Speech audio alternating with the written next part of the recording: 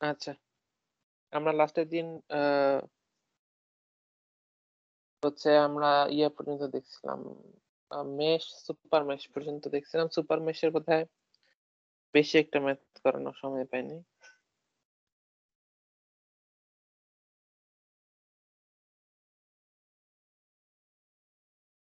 আচ্ছা, একটা আমরা এক্সারসাইজ দেখি পরে। স্যার হ্যাঁ বলো। স্যার আমাদের সিটিতে কি ওই বইয়ের লাস্ট চ্যাপ্টারে লাস্টে দেখা যায় অ্যাপ্লিকেশন পার্ট কিছু জিনিস থাকে, ওইগুলো কি পড়তে হবে সিটির জন্য? হ্যাঁ, পড়া উচিত। ওগুলা পড়লে কনসেপ্ট ক্লিয়ার হয়। পড়ো। আচ্ছা এটা সেকেন্ডারি আর কি, মানে কিন্তু ওখানে আসলে দেখবা যে মানে প্র্যাকটিক্যাল জিনিসপত্র বলে তো আইডিয়া স্যার কোন ক্লিয়ার। পার্টটা স্যার? ওই যে পিছনে অ্যাপ্লিকেশন থাকে, চ্যাপ্টার শেষ হওয়ার আগ দিয়ে, সামারি আগ দিয়ে, ইয়েস স্যার। ওটা পড়লে দেখবা মানে ইন্টারেস্টিং আর কি ওই জায়গাগুলো। আর একদমই যদি আমি কভার না করি ধারে কাছে, তাহলে বাদ দিতে পারো। আচ্ছা, তো লাস্টের দিন আমরা বলছিলাম সুপার মেশ পর্যন্ত। সুপার মেশ কেন লাগে বলো তো একটু, মনে আছে কিনা? সুপার মেশ কখন লাগে? যখন স্যার যখন কমন দুটো কারেন্ট কারেন্ট ফ্লো সোর্স মাঝখান দিয়ে থাকে। একই লুপের মধ্যে থাকে। হ্যাঁ, একটা কারেন্ট সোর্স থাকে যখন দুইটা নোডের দুইটা লুপের মাঝখানে থাকে কমন, ইন দ্যাট কেস একটা সুপার মেশ বানানো লাগে। ঠিক আছে, তাহলে আমরা আরেকটা এক্সাম্পল দেখি সুপার মেশে। উদাহরণ তো করে দেওয়া আছে, তারপর আমরা দেখি কারেন্ট সোর্স কোথায় কোথায় আছে। এই যে দেখো, একটা কারেন্ট সোর্স 5 অ্যাম্পিয়ারের কারেন্ট সোর্স আছে। ঠিক আছে, আরেকটা আছে হচ্ছে 3i নট অ্যারো ভিতরে, দ্যাট মিন্স এই ভিতরে এই ডায়মন্ডের ভিতরে অ্যারো মানে কি কারেন্ট সোর্স কিন্তু। ঠিক আছে, কারেন্ট কন্ট্রোল কারেন্ট সোর্স। এটা আই নোটটা কোথায় আছে আমরা দেখি একটু। আই নোটটা আছে এই যে এখানে। ঠিক আছে, এনিওয়ে, সো এটা একটা এটাও একটা কারেন্ট সোর্স। তাহলে আমাদের এই দুইটা মিলায়ে নরমালি যদি আমরা মেশ অ্যাপ্লাই করতাম, কি করতাম, এভাবে করে এভাবে করে এভাবে করে আসার পরে এখানে ঢুকতাম, তাই না? এখন এখানে ঢুকা যাবে, এটা সুপার মেশে পড়ে গেছে। তারপরে আমরা কোন দিকে যাব? তাহলে ওদিকে না ঢুকে আমরা নিচে নামবো, তাই না? এরপর এখন এভাবে ঢুকার কথা। কিন্তু এইটাও আবার আমাদের সুপার, মানে এটা তো একটা ইয়া কি বলে, common current source between mesh 2 and 3। তাহলে কি করতে হবে আমাদের? এখানেও ঢুকতে পারবো না, আমাদের সুপার মেশটা বড় একটা সুপার মেশ হচ্ছে, এরপরে দিকে যাবে এভাবে করে এসে। ঠিক আছে, তারপর এগুলাতে আর কোনো ঝামেলা নাই, এখান দিয়ে আবার ফেরত। তো এখানে আসলে তিনটা মেশ মিলে একটা সুপার মেশ হচ্ছে।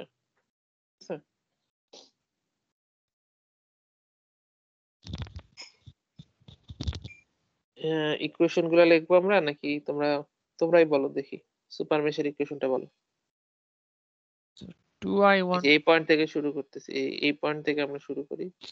হ্যাঁ, 2i1 তারপর plus 4i3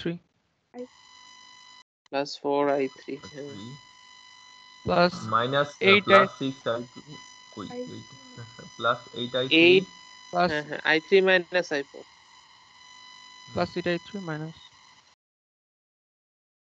আর তারপরে প্লাস Plus 6i2 plus 6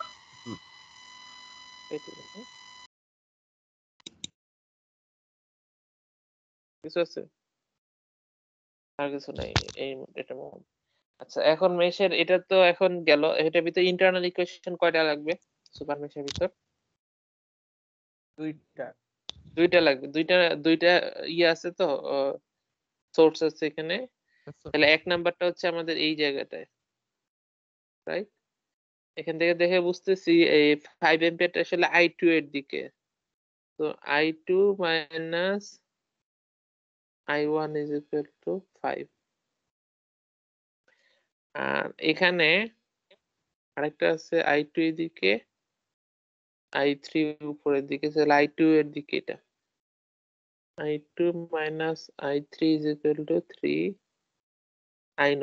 এখন i0টা আবার আমাদের রাখা যাবে না, কারণ আমাদের ভ্যারিয়েবল এখানে i1 i2 i3 i4। এখান থেকে দেখে আমরা বলতে পারতেছি i0টা, খেয়াল করে দেখো i0টা কোন দিকে, i0টা এই দিকে আর i4টা এই দিকে। তাহলে i0 is equal two minus i4, এখানে Yes, হয়ে sir. যাবে মাইনাস 3i4। ঠিক আছে, আর আরেকটা নোট বাকি আছে না আমাদের, চারটা আননোন, তো চারটা ইকুয়েশন লাগবে। আরেকটা হচ্ছে যে সুপার নোট বাদে নরমাল নোট, যেটা এই নোটটা, এটাতে অ্যাপ্লাই করতে হবে। করি চলো, কিভাবে ইকুয়েশন, এই পয়েন্ট থেকে আমরা শুরু করি। 8 i4 minus i3 না, প্লাস 2 i4, তারপর প্লাস দিয়ে ঢুকতেছে, plus 10 is equal to 0।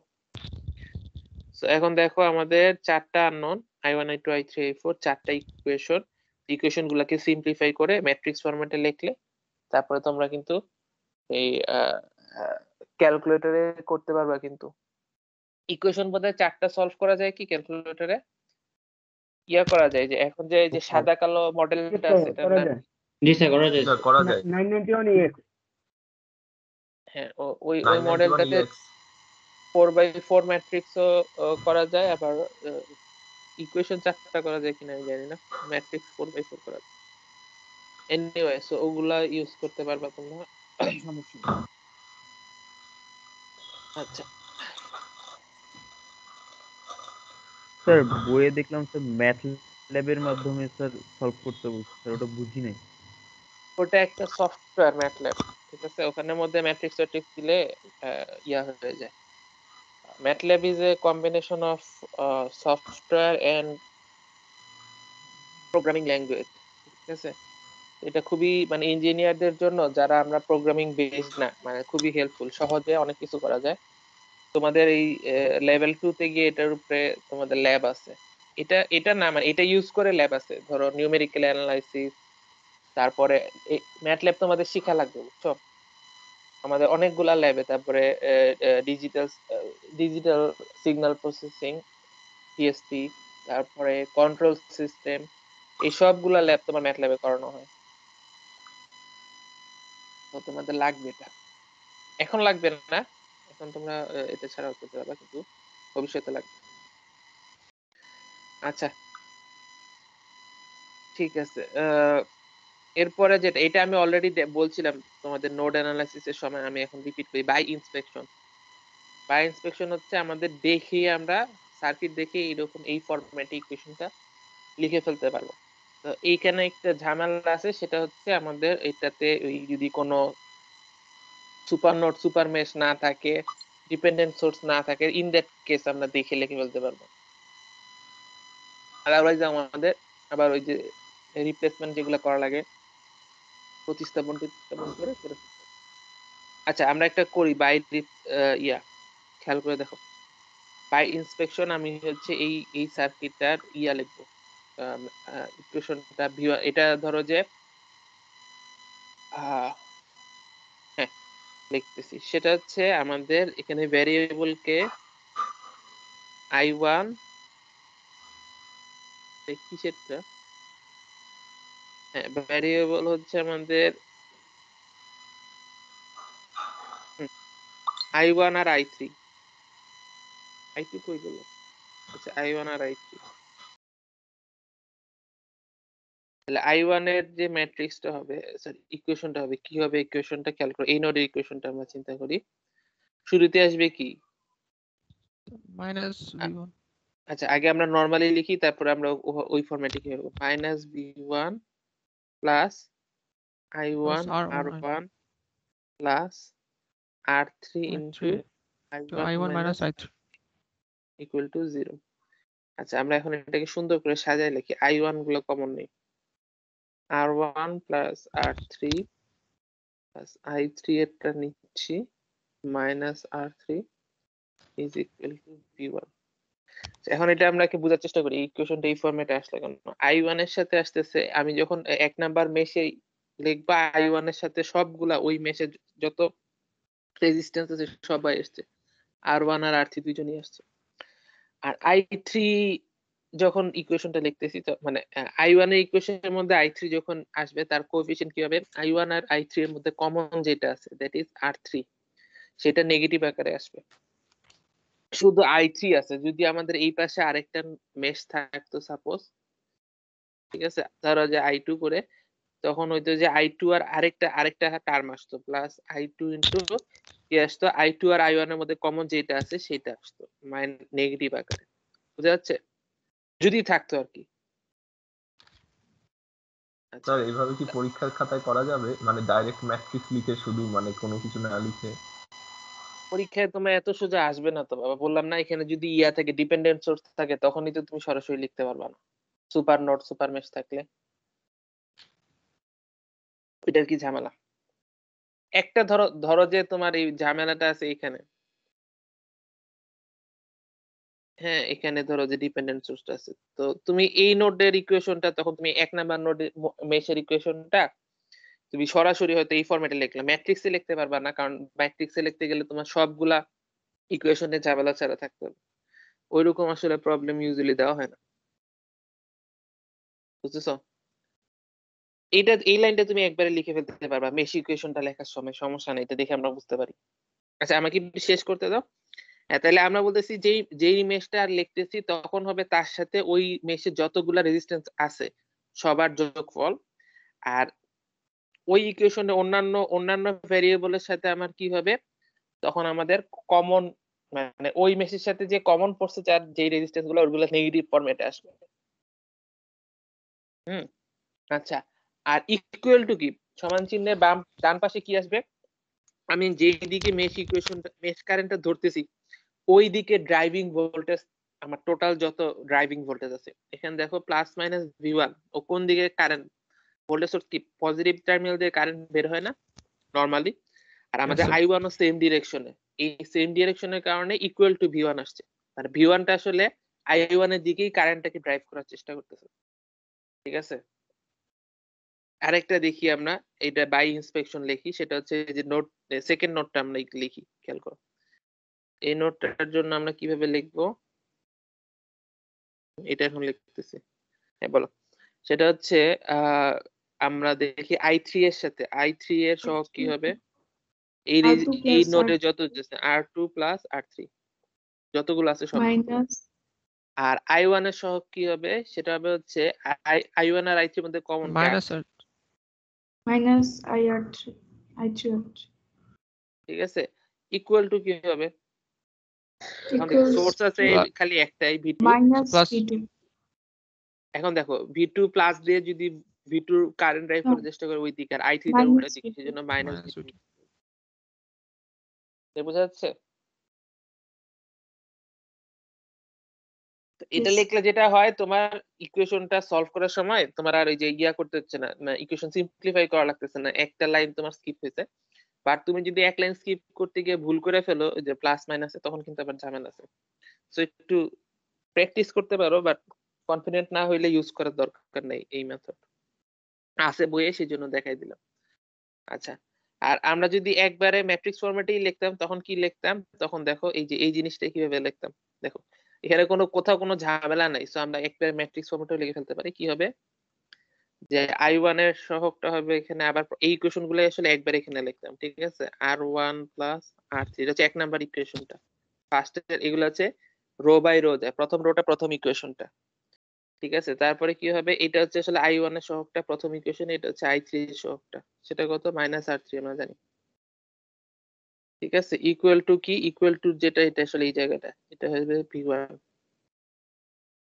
Second ইকুয়েশনটা কি হবে, R3 এর সহগটা আসলে ডায়াগোনাল বরাবর যাবে হচ্ছে এই যে ইয়াটা 2 2 3 3, এই পয়েন্ট গুলো যাবে হচ্ছে আসলে যেই নোড সেই নোডেরটা, ঠিক আছে, তো R2 প্লাস R3, এটা গেল হচ্ছে ডায়াগোনালে, আর দুইটার মধ্যে কমন যেটা i1 এর সহগটা হবে R3 মাইনাস R3 এখানে যাবে, ঠিক আছে, আর এখানে হচ্ছে equal to minus V2।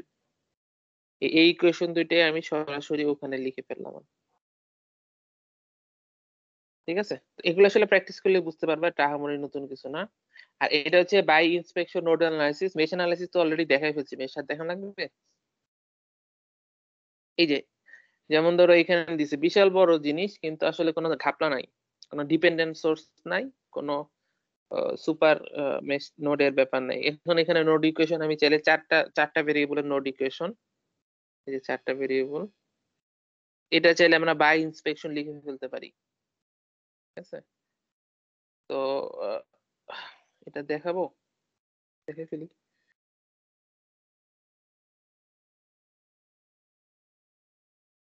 v1 v2 v3 v4 is equal to what?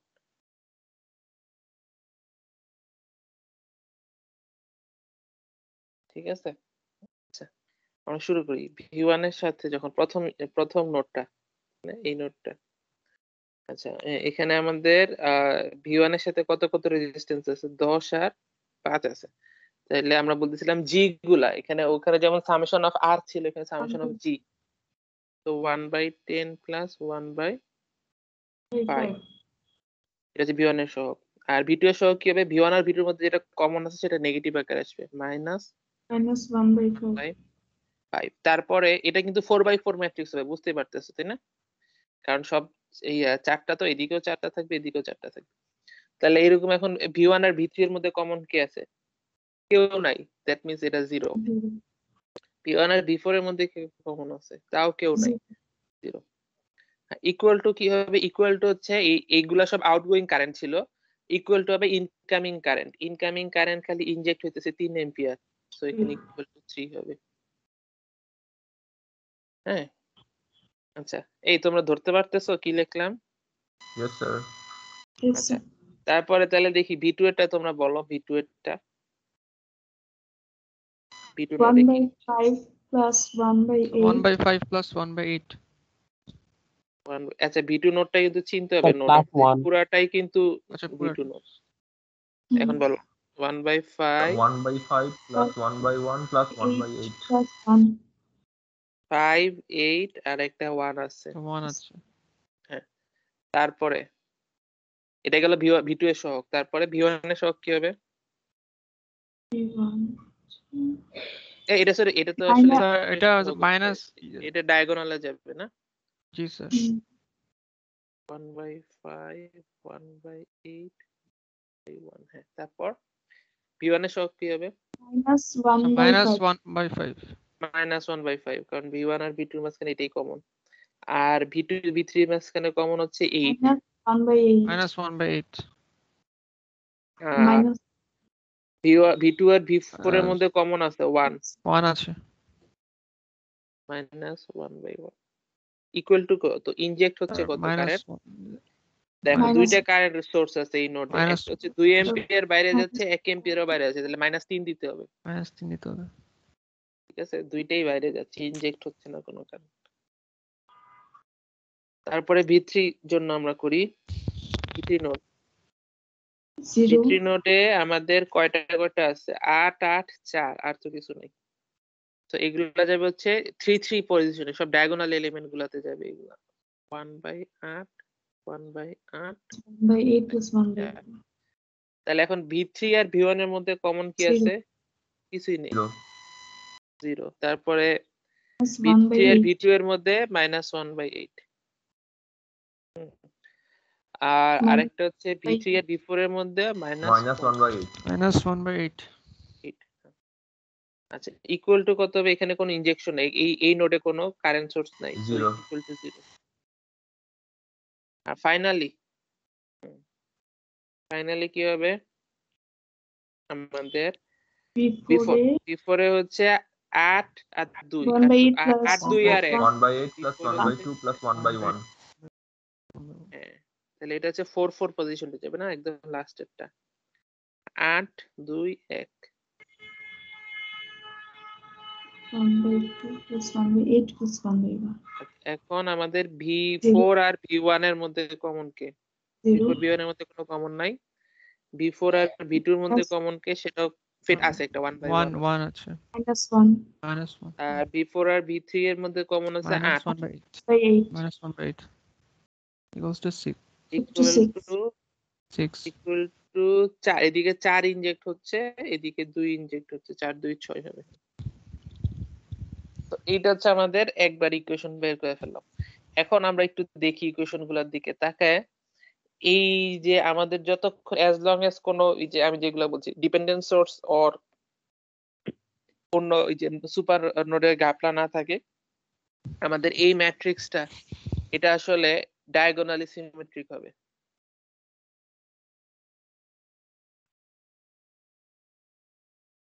কারণ আমরা যখন বলবো যে মনে করো নোড 1 আর 2 এর মধ্যে যেটা কমন আসবে 2 আর 1 এর মধ্যেও সেটা কমন আসবে, একই কোএফিসিয়েন্ট আসলে দুইবার নেগেটিভ আকারে আসবে। আমরা একটু তাকায় দেখি এই যে আমাদের ডায়াগোনালটা দেখো -1/5 +1/5 0 0 0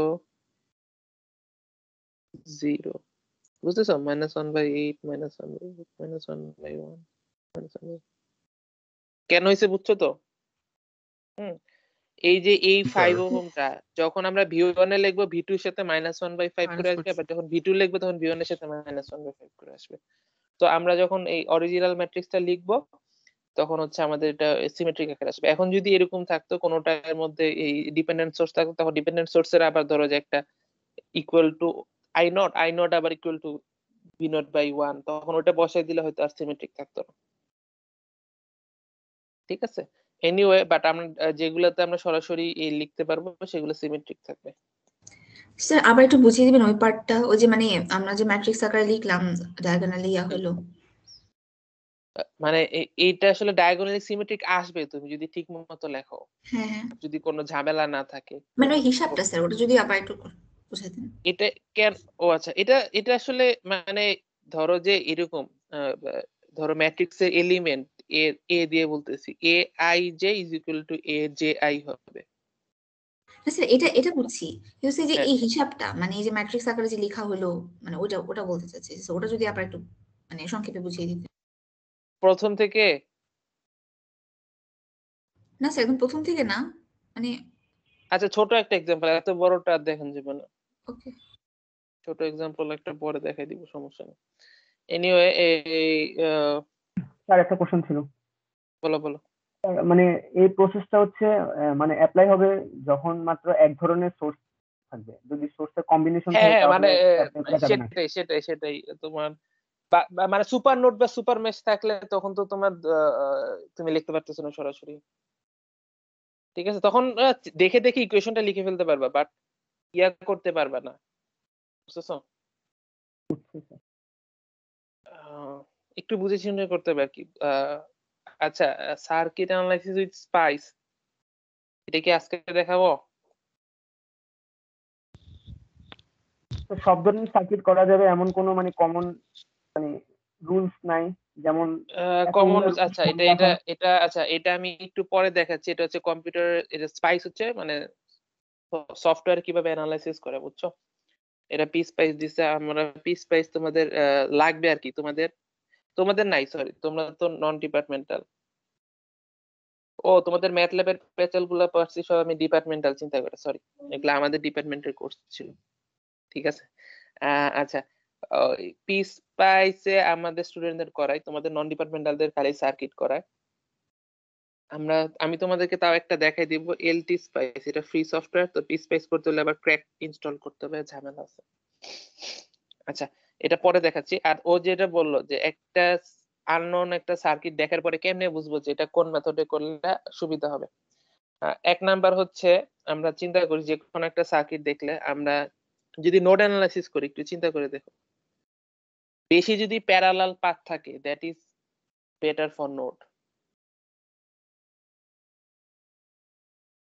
প্রথমেই দেখবে কয়টা নোড আছে, কয়টা মেশ আছে, ঠিক আছে? নোডের সংখ্যা, মেশের সংখ্যা যেটা কম হবে এটা তো একটা ভালো হওয়া উচিত। বাট বেশি যদি প্যারালাল পাথ থাকে, ঠিক আছে, তখন কিন্তু মেশের সংখ্যা বাইরে যাবে, কিন্তু নোডের সংখ্যা হয়তো অতটা বাড়বে না, ঠিক আছে? আর ওই বুঝতে পারতেছো, যেমন ধরো যে এরকম যদি হয়, অনেকগুলা এরকম আছে, এরকম এরকম এরকম এরকম, ধরো যে মাঝখানেই আছে, ইন দ্যাট কেস আমরা দেখবা। আবার যদি এখানেও থাকে তখন তো আবার প্রত্যেকটা ইন্ডিভিজুয়াল নোড হয়ে যাবে, তখন লাভ হবে কিনা একটু চিন্তা ভাবনা করতে হবে।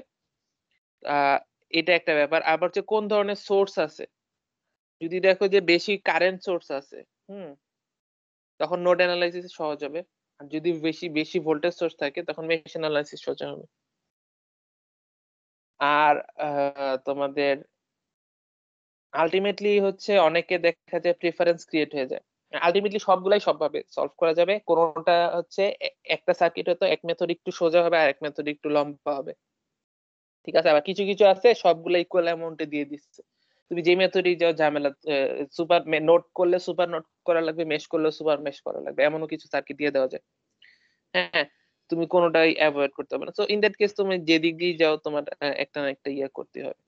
তো এটা একটু দেখে, আর ডিপেন্ড করে প্রিফারেন্সের উপর। অনেকে আছে যে বলে যে আমি আমি যদি আদারওয়াইজ স্পেসিফাইড না করে দেয় আমি নোড অ্যানালাইসিসই করবো, আমার এটা ভালো লাগে, করতে পারো, কোনো সমস্যা নেই।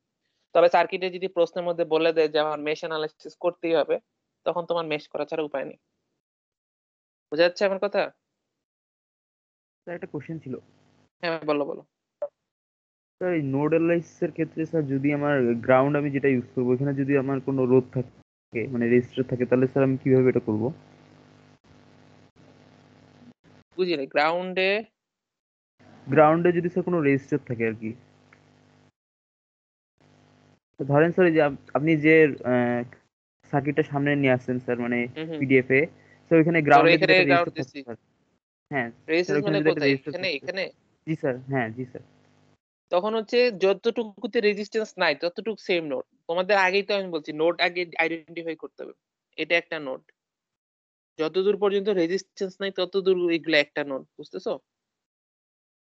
একটা নোড, এই সরি এই পুরোটা একটা নোড।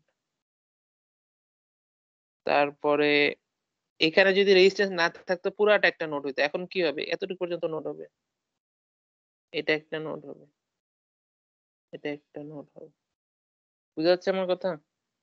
বুঝতে পারছি স্যার। তো তোমাকে আগে নোড আইডেন্টিফাই করতে হবে, কতটুকু পর্যন্ত এক একটা নোড, কয়টা ভেরিয়েবল লাগবে, এগুলো চিন্তা ভাবনা করতে হবে, তাই না?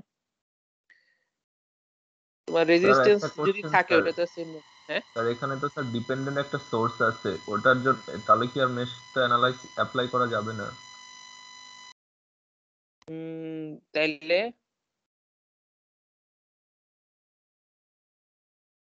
ডিপেন্ডেন্ট তো ব্যাপার না, ডিপেন্ডেন্ট তুমি নরমালি ইয়া করবে, মানে এখানে বলতে হচ্ছে এটাকে মেশ করা যাবে কিনা? জি স্যার, এখানে তো মেশ করা যাবে না তাহলে। যাবে, যাবে না কেন? মেশে শোনো, মেশের সমস্যা হচ্ছে যদি কারেন্ট সোর্স থাকে তখন মেশে চিন্তা করতে হবে, কারেন্ট সোর্স থাকলে সুপার মেশ করা লাগবে, এছাড়া সলভ করা যাবে না তা তো না। শোনো, সব সার্কিটই মেশ আর নোড দুইটা দিয়ে করা যাবে এক্সেপ্ট যেগুলো 2D সার্কিট না, ওই যে প্লেনারের ঝামেলাটা করছিলাম, নন প্লেনার হলে মেশ দিয়ে করা যায় না। কিন্তু তোমাদের খাতায় যেগুলো আইকা দিব খুব রেয়ারলি অত জটিল সার্কিট দেয় যে তোমার নন প্লেনার হয়ে গেছে সার্কিট, ঠিক আছে? নন প্লেনার হলে তখন মেশ দিয়ে সলভ করতে পারবা, কিন্তু আদারওয়াইজ তুমি সব সার্কিটই মেশ আর নোড দুই মেথডেই করতে পারবা। এখানে যেমন ধর আছে, তুমি যে এটা আমি দুই মেথডে করে দেখাই তাহলে তো তোমাদের ইয়ে হবে। এক নাম্বার আমি যদি মেশ দিয়ে করি কি করতে হবে, আমাদের মেশ গুলো আইডেন্টিফাই করতে হবে। কয়টা মেশ হবে? একটা, দুইটা, তিনটা, চারটা, তাই না? এবং এখানে কোনো কারেন্ট সোর্স নাই, সো কোনো সুপার মেশও লাগবে না।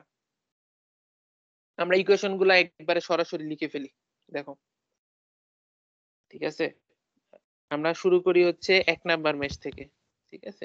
M1 আমরা বাই ইন্সপেকশন মেথডে লিখি। হ্যাঁ, I1 এর সহগ কত হবে? 4 2 6, তাই না? আসলে এটা এভাবে লেখার চাইতে যোগ আকারে লেখাটাই বেটার, কারণ হচ্ছে দেখে তাহলে বোঝা যায় কোন কোন গুলো আসতেছে। প্লাস I2 এর সহগ কি হবে? I1 এর মধ্যে, I1 I2 এর মধ্যে কমন পেয়ে পড়ছে, নাম দিই নাই I1। আচ্ছা একটু একটু খেয়াল করে দেখো, প্রশ্নের মধ্যেই কিন্তু I1 I2 দিয়ে দিছে। আমিও যদি আবার I1 I2 ডিক্লেয়ার করি দুইটা কিন্তু ক্ল্যাশ লাগবে, ওদের I1 I2 আর আমার I1 I2 সেম না। তুমি অন্য নাম দিতে পারো, ABC দিতে পারো, অথবা তুমি বড় হাতের দিতে পারো, বুঝতেছো?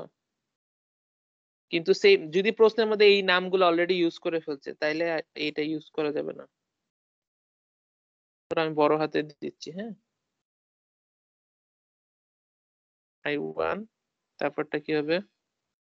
I1 I2 এর মধ্যে কমন হচ্ছে -2 হবে, তাই না?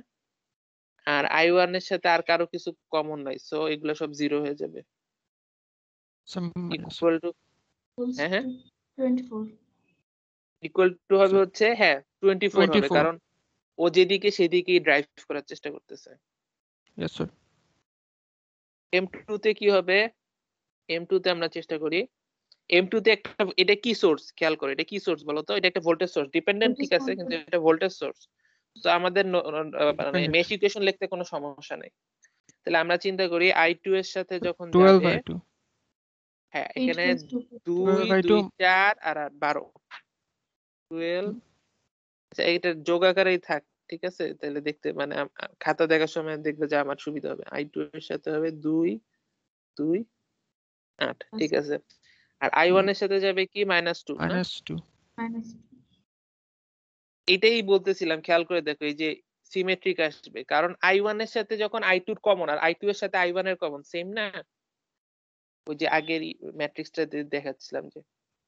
আচ্ছা এনিওয়ে তারপরে i2 এর সাথে i3 এর কমন কে 8 8 minus so 8 minus 8 I3 আর i2 এর সাথে i4 এর কমন কি? so minus I4 into 2 minus 2 into I4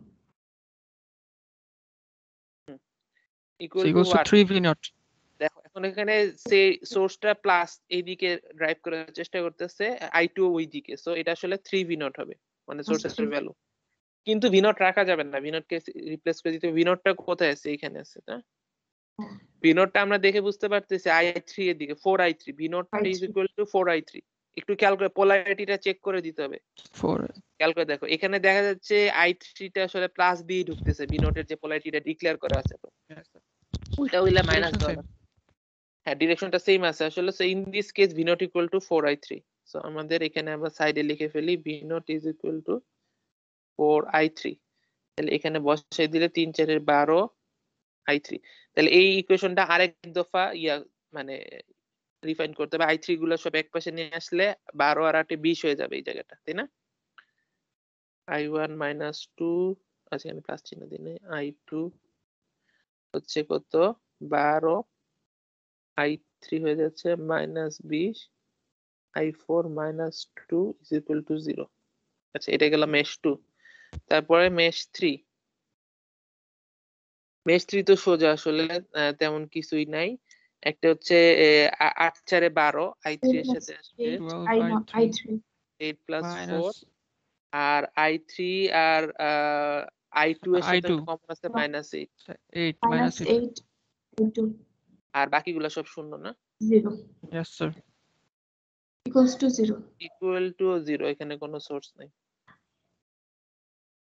mesh 4 এর জন্য আছে so 2 or দেখো 1 এখানে হ্যাঁ i4 এর সাথে যাবে, এখানে লিখি আমরা i4 এর সাথে যাবে কি 2 আর 1 2 plus আর আমাদের minus 2 I2 i2 এর -2 সাথে I -2 কমন আছে কি লিখলাম প্লাস i2 minus এর সাথে -2 কমন আছে, বাকি কারোর সাথে কিছু কমন 0 equals to আর minus কিন্তু 3 এখানে V0 একটা সোর্স আছে কিন্তু So সোর্সটা minus 3 ড্রাইভ V0 করার চেষ্টা করতেছে এই ডিরেকশন আর i4 টা -3 V0 -3 v নট। তারপরে যেটা বলছিলাম v নট রাখা যাবে না, v নটটা ইকুয়াল টু 4i3 বসিয়ে দিতে হবে, দ্যাট ইজ -12i3।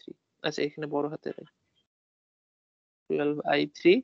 এখন হচ্ছে আমাদের i3 আছে, এই পাশে কোনো i3 নেই, সো এটাকে যখন সিম্পলিফাই করব এই 0 এর জায়গায় 12 +12 এসে পড়বে, ঠিক আছে? So i2 into -2 plus i3 into 12 plus i4 into 3 is equal to 0।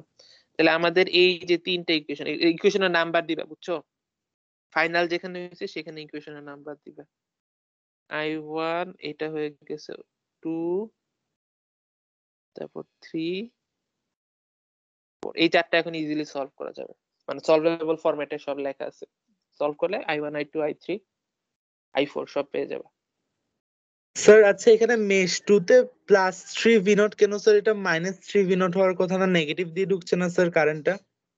হ্যাঁ না না সেটা ঠিক আছে, মানে তুমি যেটা বলতেছো সেটা হচ্ছে আমরা যদি সব summation of voltage equal to 0 ফরম্যাটে লিখি, ঠিক আছে? তখন বলবা যে ওকে এখানে হচ্ছে এই পাশে তো সবগুলো আছে plus -3 v not is equal to 0, right? Yes sir. তারপরে যখন সমান চিহ্ন ওই পাশে নিয়ে যাবে ইকুয়াল টু প্লাস 3 v0 হয়ে যাবে না? আমি একবারে ও আচ্ছা সমান আচ্ছা চিহ্ন ওই স্যার। পাশে দিয়ে লিখছি, বুঝছো? এই জন্য আচ্ছা প্লাস, আচ্ছা হ্যাঁ স্যার বুঝছি। ঠিক আছে? তোমরা একটা লাইন এক্সট্রা লিখতে পারো, তুমি summation of V equal to 0। আমি জাস্ট ওই যে মোস্ট রিসেন্ট যে মেথডটা বাই ইন্সপেকশন মেথডটা ইউজ করছি আর কি। এই মেথডই করতে হবে তা না, তুমি যে আগে প্রথমে যেটা দেখাইছিলাম সেই মেথডই করতে পারতো, একটা করে এক্সট্রা লাইন থাকতো আর কি। যদি এখানে যেমন ধরো এই 24টা -24 ইকুয়াল টু 0 আসতো, তারপর ইকুয়াল টু 24 লিখতা। বুঝতেছো আমার কথা? ইয়েস স্যার এটা কোনো বুঝেছি। ব্যাপার না, এটা একটা লাইন জাস্ট এক্সট্রা। তোমরা ওই মেথডেই লিখতে পারো যদি কারো কমফোর্টেবল ফিল না করো, জোর করে কমাইতে যাও না, ভুল করলে কিন্তু লস অনেক। আচ্ছা ঠিক আছে, এই তাহলে আমরা এটা আসলে নোড অ্যানালাইসিস মেথডে সলভ করে ফেলছি। মেশ অ্যানালাইসিস করব এখন, কি নোডে করি না? দেখি সহজ হয় না কঠিন হয়। নোডে সহজ হবে। নোডে আসলে একটা সুপার নোড লাগবে, সুপার তো নোড একটা লাগবে সহজ একটা। হবে। Number of equation variable complex চলে যায় কয়টা? ওখানে, হ্যাঁ মানে ইকুয়েশন আগে অনেক আগে আমরা কমপ্লেক্স। নোড গুলো আইডেন্টিফাই করি তারপর বলি। দেখো এটা 0, এটা আসলে আমরা তাহলে বলে ফেলতে পারি 24, আননোন না এটা, ঠিক আছে? আচ্ছা 2 নাম্বার হচ্ছে এটা, এটা আননোন একটা, এটা একটা, এটা একটা, এটা পুরোটাই একটা, তাই না?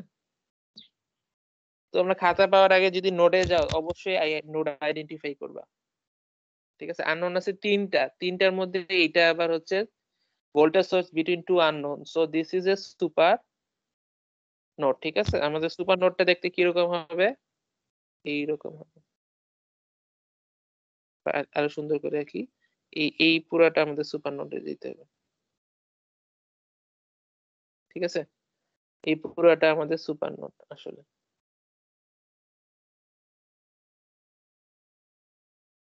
তাহলে এখন আমরা সুপার নোডে জন্য এখন আমরা দুই ভাবে করতে পারি। একটা হচ্ছে আমাদের ভেরিয়েবল গুলো ডিক্লেয়ার করি v1।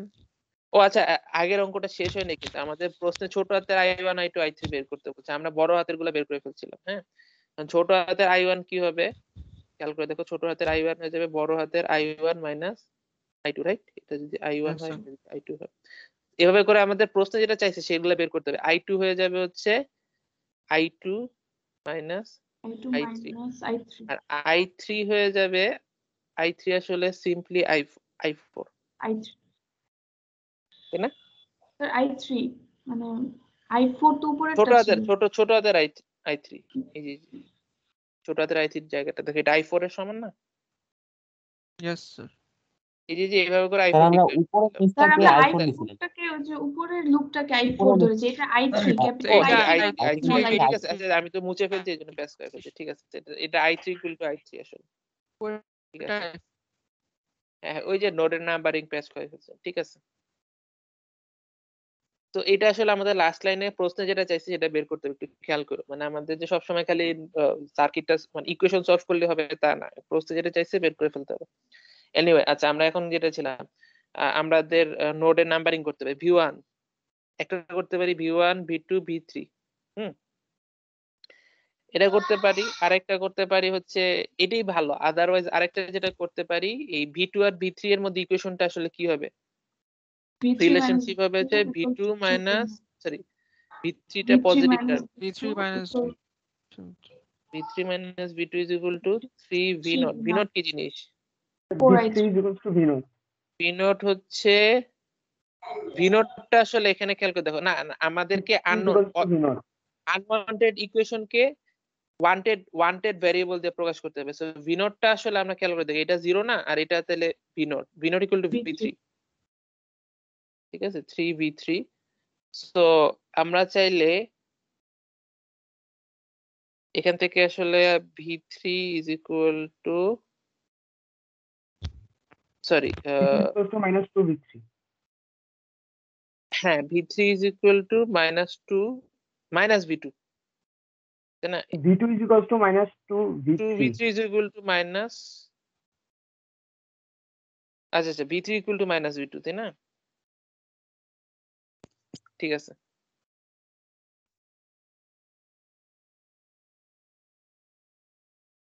না v2 এর সামনে 2 দিলাম কেন, দূর V2 তো ঠিকই ছিল। তাহলে এটা হচ্ছে আমাদের ইকুয়েশনটা দুইটার মধ্যে। তো আমরা আসলে এই এখানে আসলে এখন বসে ফেলার চাইতে না তিনটে ইকুয়েশন লেখে আর এটা 4 নাম্বার ইকুয়েশন ধরে সলভ করাই বেটার। আর যদি একটু সহজ কিছু আসতো তখন যে প্লাস মাইনাস 10 হইতো তখন আমরা বলতাম V3 ধরার চাইতে V2 প্লাস 10 বা V2 মাইনাস 10 ধরে ফেলতে পারতাম। এখানে আসলে এখন ধরতে গেলে কি করতে হবে -V2/2 ধরতে হবে। এটা আরো অড লাগে দেখতে। এটাও ধরে ফেলতে পারতাম V3 এর জায়গায় ধরে ইকুয়েশন লিখতে পারতাম, এটা দেখতে খারাপ দেখা যায়, দরকার নেই। V3 থাক আমাদের, পরে আমরা V3 এর জায়গায় ভ্যালু বসাই দিব, সমস্যা নেই। তাহলে আমরা ইকুয়েশন লিখি, তাহলে আমাদের তিনটা নোড আর আমাদের সুপার নোড আছে এখানে একটা, সুপার নোডটা আমি আবারও আঁকি, this is our super node. তাহলে আমরা ইকুয়েশন গুলা লেখা শুরু করি। শুরু করলাম n1 নোড 1 এ আমরা শুরু করি। V1 খেয়াল করে দেখো V1 এর সাথে আমাদের কি কি কমন আছে, 4 2 2। স্যার ঠিক আছে, 1 ও তো আছে না? ও সরি 1 ও আছে, ইয়েস, উপর দিয়ে 1 আছে, একটা তিনটা চারটা, হ্যাঁ। আচ্ছা, তারপর V1 আর V2 এর মাঝখানে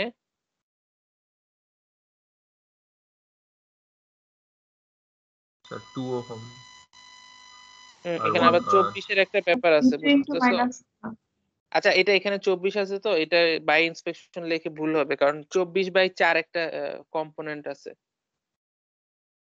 হ্যাঁ, V1 নোডাল মাইনাস অ্যানালাইসিস দিয়ে করলে হবে। ওটা নোড অ্যানালাইসিস তুমি সরাসরি লেখা চাইতে নরমালি লিখি, কারণ ওটা ভুল করে ফেলবো ওটা দিয়ে করলে। দেখাই, এটা হচ্ছে V1 মাইনাস 24/4, এখানে দেখো 24/4 একটা কম্পোনেন্ট আছে, এটা আমি বলতেছিলাম, plus V1 minus 0/2 plus V1 minus V3/1 V1 plus V1 আর minus V2/2 minus V2/2 is equal to 0। কোনো কারেন্ট সোর্স নাই এখানে ইনজেক্টেড। সো এখন তুমি সবগুলা V1 এক জায়গায় নিয়ে আসবা, 1/4 প্লাস 1/2 প্লাস 1/1 প্লাস 1/2 প্লাস এখানে আমরা দেখতে পাচ্ছি V3 আর V2 এর মধ্যে কমন আছে, V2 হয়ে যাচ্ছে -1/2, V3 হয়ে যাচ্ছে -1/1 ইকুয়াল টু একটা আসতেছে যে 24/4, এটাই আমি বলতে চাচ্ছিলাম, 24/4 ইকুয়াল টু 6 এসে পড়তেছে। এটা মাথায় রাখলে আগের মেথডেও লিখতে পারতাম। তারপর নোট 2, নোট 2 টা আসলে সুপার নোট, নোট 2 না আসলে সুপার নোট।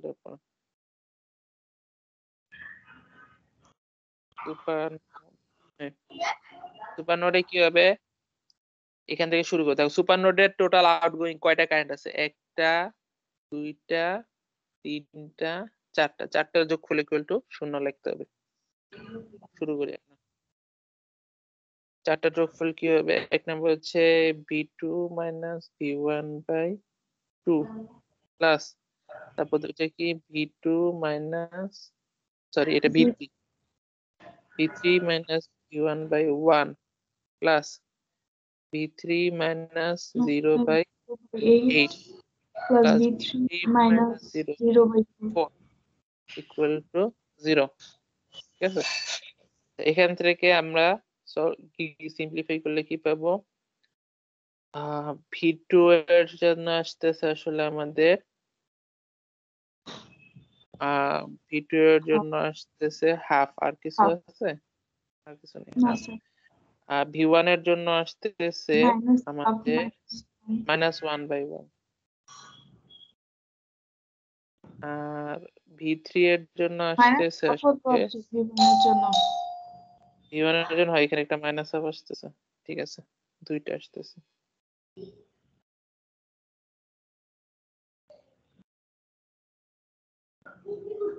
আচ্ছা, V3 এর জন্য আসতেছে কত, 1 plus 8 1/8 plus 1/4 4।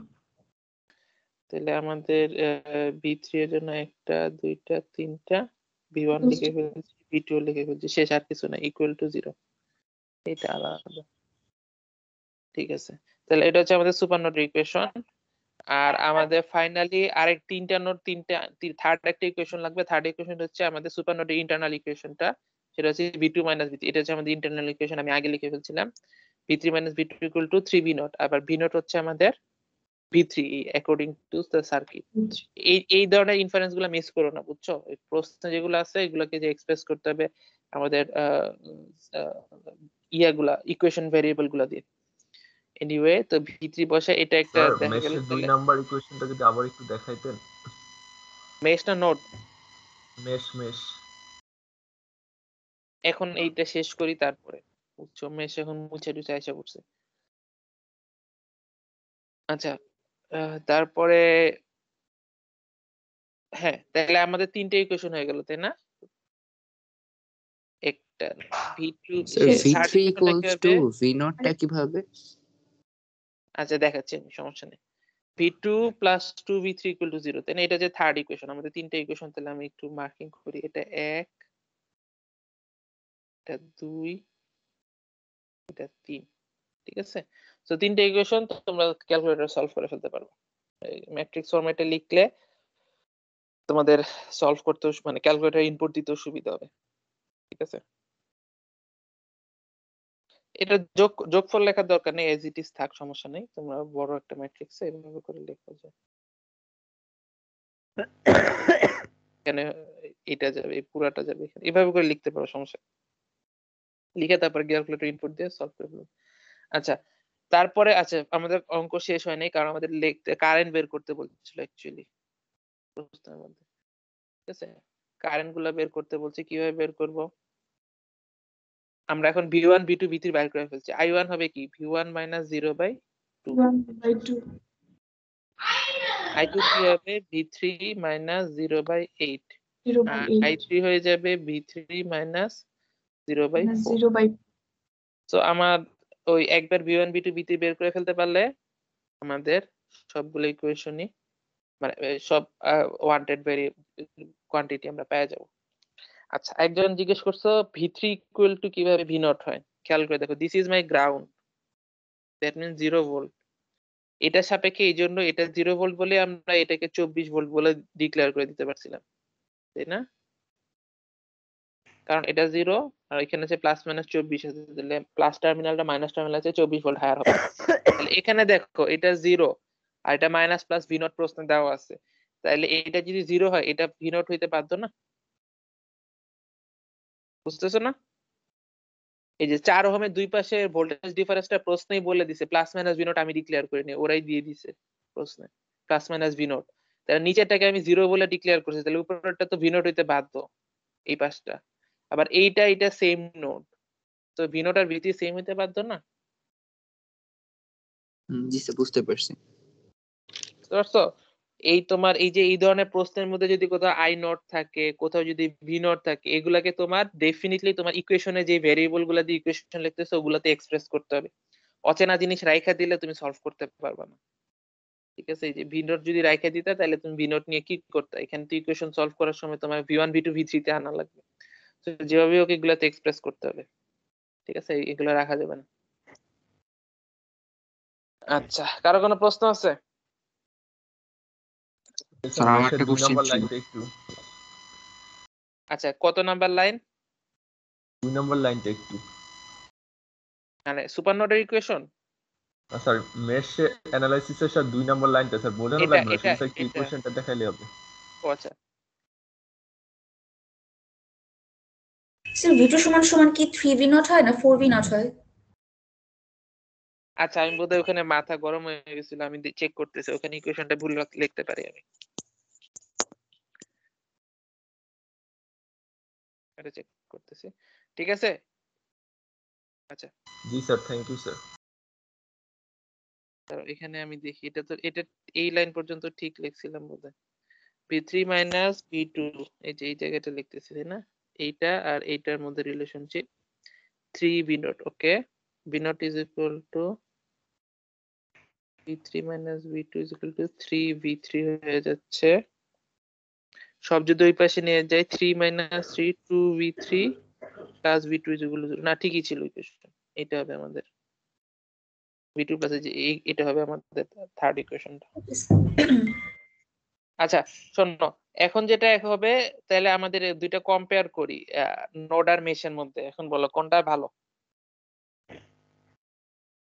এক নাম্বার কথা, মেশ স্যার যখন নোড করছি ভালো। 4টা নোডটা ইকুয়েশন ভালো। লাগছে, আর নোড যখন লিখছি 3টা ইকুয়েশন লাগছে। হাউএভার 3টার মধ্যে আবার একটু ঘাপলা ছিল, এখানে সুপার নোড লাগছে। না স্যার, আপনি যদি এক মেশের মধ্যে নম্বরে কিছু যদি লাগে। ওই ইনপুটটা দিয়ে দিতেন V3 আর V2, তাহলে সবগুলো ক্যান্সেল আউট হয়ে যেত, শুধুমাত্র V1টা বাকি থাকতো, সুবিধা হতো। আরেকবার বলো। স্যার আপনি যদি এক নম্বর ইকুয়েশনে ওই V2 এর মানটা যদি ইনপুট দিয়ে দিতেন, যে আমাদের যে 2V3 -V2, তাহলে ক্যান্সেল আউট হয়ে যায়, শুধুমাত্র V1টা থাকতো, তো সুবিধা হতো আর কি। সলভ করার সময়, সলভিং এর সময় সলভিং এর সময়। সেটা তো ঠিক আছে, এইখানে মিলে গেছে, সব সময় যে মিলবে এমন তো কোনো কথা নেই। এই যেখানে শোনো আমি বলি, ইকুয়েশন সলভিংটায় আমি অত গুরুত্ব দিচ্ছি না, মানে অবশ্যই সলভ করতে হবে, ভুল করলে নাম্বার কাটা যাবে, কিন্তু ইকুয়েশন সলভিংটা তুমি সব সময় যে মানে এখানে যেমন ধরো এখানে ইকুয়েশনটা অনেক ছোট, তাই না? 3 নাম্বার ইকুয়েশনটা, এটারই তো সুবিধা নিচ্ছ। ইকুয়েশনটা মানে দুইটা ভেরিয়েবলের রিলেশনশিপ আইসা গেছে, এখানে যে কোনো জায়গায় রিপ্লেস করে দিতে পারবা। ইকুয়েশন হতে সলভ করা সহজ হবে, ঠিক আছে, এটা তো সবসময় ইউনিভার্সাল হবে না, আমি জাস্ট ওই কমপ্লেক্সিটির কথা বলতেছি। ইকুয়েশন সলভিংটা ঠিক আছে, ওটার কথা, এখানে ইকুয়েশন সলভ করা সহজ হবে, ঠিক আছে। তো এখানে খেয়াল করে দেখো, এখানে আসলে আমাদের নাম্বার অফ নোড কম ছিল, ঠিক আছে, কারণ 24 ওহম ছিল, একটা 24 ভোল্ট ছিল, এই কারণে যদিও 4টা নোড, একটা নোড কমে গেছে। আর কিন্তু এখানে সুপার নোড ইকুয়েশন লেখা লাগছে একটু কেয়ারফুলি। আর এখানের মধ্যে কোনো ছিল না, মেশে কোনো ঝামেলা ছিল না, কিন্তু 4টা মেশ লাগছে, সো 4টার ইকুয়েশন লিখতে হইছে, বাট কোনো ছিল না। সো দুই মেথডই কিন্তু সলভ করা গেছে, এবং দুই মেথডে যদি ঠিক মতো করতে পারো, দুইজনের ভ্যালু সেম আসবে, ঠিক আছে। তো এখন যে প্রশ্ন যদি বলে দেয়, তাহলে সেই মেথড ফলো করতে হবে, আর না বলে দিলে তোমরা যে যেটাতে কমফোর্টেবল ফিল করো, ঠিক আছে। এখানে যেমন ধরো যে আমাদের কারেন্ট সোর্স ছিল না, ভোল্টেজ সোর্স বেশি ছিল, ইন দিস কেস আসলে আমরা মেশের দিকে ডেভিয়েট করতে পারি, কিন্তু মেশ আবার 4টা মেশ, নোড হচ্ছে 3টা নোড, এই জন্য নোডের দিকেও ডেভিয়েট করতে পারি। তো তোমাদের যেটাতে তোমরা কমফোর্টেবল ফিল করো যাবা, কিন্তু ভুল না করলেই আসলে যেদিকেই যাও একই অ্যান্সার আসবে।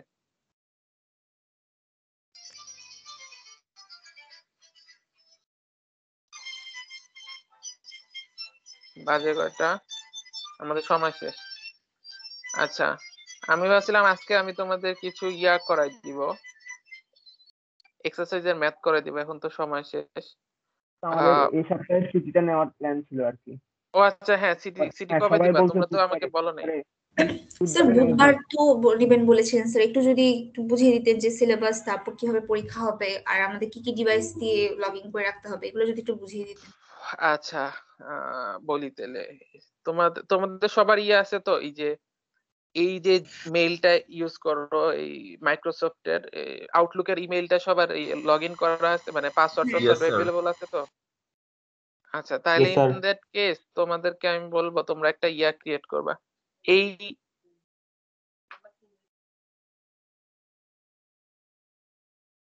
কখন থেকে ক্লাস শুরু জুন?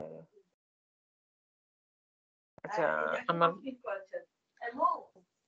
আচ্ছা শোনো, ওই কি যেন বলতেছিলাম, হ্যাঁ, তো আমরা হচ্ছে টিমসে একটা অ্যাসাইনমেন্ট ক্রিয়েট করে দিব, বুঝছো? তোমরা হচ্ছে ওই টাইম লিমিট বলে দিব, ওই লিমিট শেষে তোমরা হচ্ছে ওখানে করে দিবা, ওই ছবি তুলে আপলোড করে দিবা অ্যানসার গুলা। আর টিমসের ওখানে প্রশ্নটা, সময় আমি তো এখনো কোশ্চেন করি নাই, তবে 20 to 30 মিনিটস, এর বেশি হবে না, 20 থেকে 30। 5 মিনিট পাবা স্ক্যান করার জন্য। ভালো হয়েছে যে কারো কোনো প্রবলেম কি বুঝি নাই।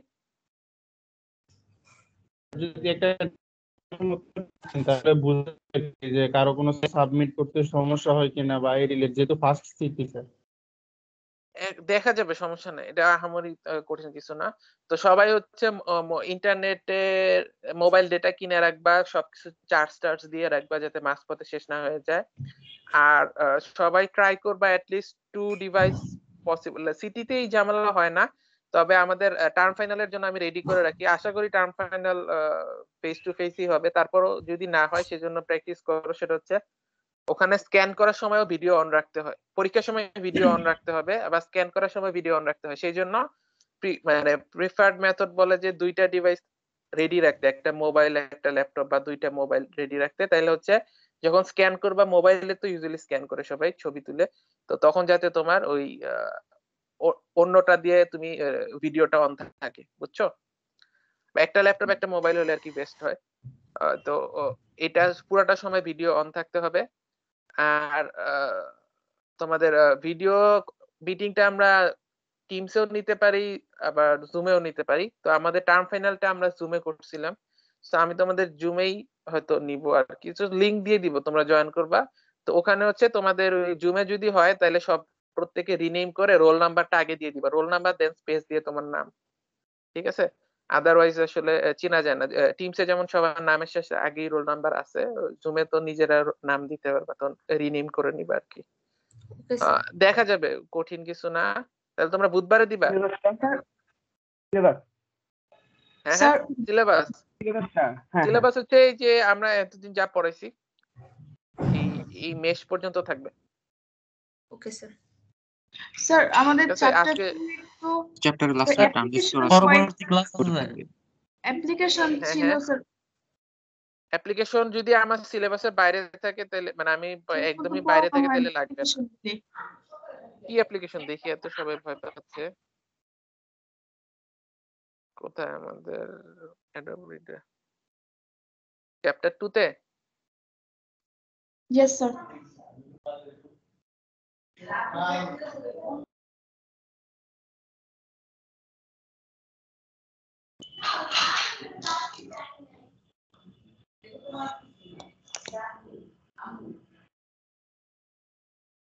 লাইটিং সিস্টেম, ঠিক আছে। এটা তাহলে তোমরা পড়ো না, এটা আসলে এগুলা কনসেপ্ট ডিজাইন ডিসি মিটার। আচ্ছা, এটা আমি পরে পড়াবো, আমি এটা ভুলে স্কিপ করছি। আচ্ছা, এটা ডিসি মিটারের ডিজাইনটা তাহলে তোমরা এখন পড়ো না, কিন্তু ওই লাইটিং সিস্টেম আহামরি কঠিন কিছু না, ওইটা সহজ, ওটা রিডিং করলে। স্যার চ্যাপ্টার তো 3টা। আচ্ছা ঠিক আছে, সমস্যা নেই। তাহলে তোমাদের ওই অ্যাপ্লিকেশন যদি এটা না চাও সমস্যা নেই। তবে এই যে ডিসি মিটার গুলা এগুলো আছে না, এগুলা আমরা তোমাদের ল্যাব শুরু হয়েছে না ট্রিপলি 156, দুটো হয়েছে মাত্র। ওখানে তোমাদের এই ডিসি মিটার গুলা দেখাই দিবে, বুঝছো? চিন্তা করো না। আর ওইটার রিলেভেন্ট থিওরিও আমি পড়াই দিব, সমস্যা নেই। আমি খেয়াল করি না, এটা স্কিপ করে চলে গেছি। ডিসি মিটার টাইম পড়ানো লাগবে, ওটা আমি পড়াই দিব। আর আর কিছু মেশ পর্যন্ত, তাই না? 3 এর লাস্টে যে ট্রানজিস্টরের কিছু জিনিস আছে। ট্রানজিস্টর লাগবে না, সমস্যা নাই। মানে ট্রানজিস্টরের কিছু সমস্যা হচ্ছে, মানে ব্যাপারটা কি আমি বলি, ট্রানজিস্টর জিনিসটা আমি এখনই বলে দিই। ট্রানজিস্টরটা হচ্ছে ওখানে বলছে ট্রানজিস্টরকে আমরা তো বলছি যে ক্লাসে ডিপেন্ডেন্ট সোর্সটা আসলে কোত্থেকে আসছে বা কেন আসছে। তো ওই ট্রানজিস্টরটা আসলে ডিপেন্ডেন্ট সোর্স হিসেবে মডেল করা যায়, বুঝছো?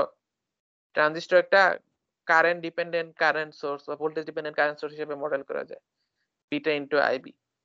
তো আমরা যে ডিপেন্ডেন্ট সোর্স পড়তেছি, মানে তোমাদের প্রশ্ন ছিল না যে এটা প্র্যাকটিক্যালি কেমনে হবে, মানে এটা একটা সার্কিট কেন আরেকটা ফলো করতে হবে। বিভিন্ন ধরনের এলিমেন্ট আছে, সার্কিট এলিমেন্ট, ট্রানজিস্টর, মসফেট, এগুলাকে চাইলে ডিপেন্ডেন্ট সোর্স হিসেবে মডেল করা যায়। ওদের কারেন্ট ভোল্টেজের ক্যারেক্টারিস্টিক যেটা অনেকটা ডিপেন্ডেন্ট সোর্সের মতো। তো পরে দেখবা যে ট্রানজিস্টর তো আমাদের লাগবে না, ট্রানজিস্টর দিয়ে দিব না কিছু, কিন্তু ধরো যে ট্রানজিস্টরের মতো কিছু সার্কিট আছে, ওগুলা আসতে পারে। মতো সার্কিট বলতে বোঝাচ্ছি কি বলবো, এই যে যেমন ধরো এই যে এইটা 3.84, এটা কিন্তু তোমাদের সিলেবাসে পড়ে। এখানে কোনো ট্রানজিস্টর নাই, কিন্তু ওই যে ডিপেন্ডেন্ট সোর্সটা দেখতে ট্রানজিস্টরের মতো, এই জন্য বললাম আর কি। তো ট্রানজিস্টর তোমাদের লাগবে না, ঠিক আছে? কিন্তু ওইটা বাদে সবকিছু তোমাদের সিলেবাসে আছে। আর তোমরা এই প্রচুর প্র্যাকটিস করবা, কারণ আমি শিওর যে নোড মেশে আসলে তোমাদের মানে ধরতে, মানে এটা বলে দেওয়া সহজ এইভাবে করে করতে হবে, কিন্তু এখানে অনেকটা এক্সপেরিয়েন্সের উপর ডিপেন্ড করে। সো প্রচুর প্র্যাকটিস করতে হবে। তোমরা চাইলে তোমাদের উপর আমি এই পরীক্ষাটা বৃহস্পতিবার নিতে পারি, তোমরা যদি চাও। বৃহস্পতিবার ধরে 11টার দিকে বা কিছু। স্যার বৃহস্পতিবার একটা প্রবলেম আছে আমার। তাহলে না, তোমরা যদি, আমি তোমাদেরকে একটা অপশন দিছিলাম আর কি, তোমরা না নিলে সমস্যা নেই, তাহলে বুধবার দিয়ে দাও, ঠিক আছে? তাহলে আমরা ক্লাস শেষ করে দিই। Good bye sir. আসসালামু আলাইকুম স্যার। ক্লাস টাইমই তো হবে সিটি, তাই না? আসসালামু আলাইকুম স্যার। হ্যাঁ, বুধবারে হইলে ক্লাস টাইমে হবে। Okay sir. বুধবার সকালে না ওরে ক্লাস নিতে সমস্যা আছে। সকালে সিটিতে দেখা যায় তোমরা দেরি করে আসো, আমি দেখা যায় দেরি করে আসি, ঝামেলা। আসসালামু আলাইকুম স্যার। আদাব স্যার।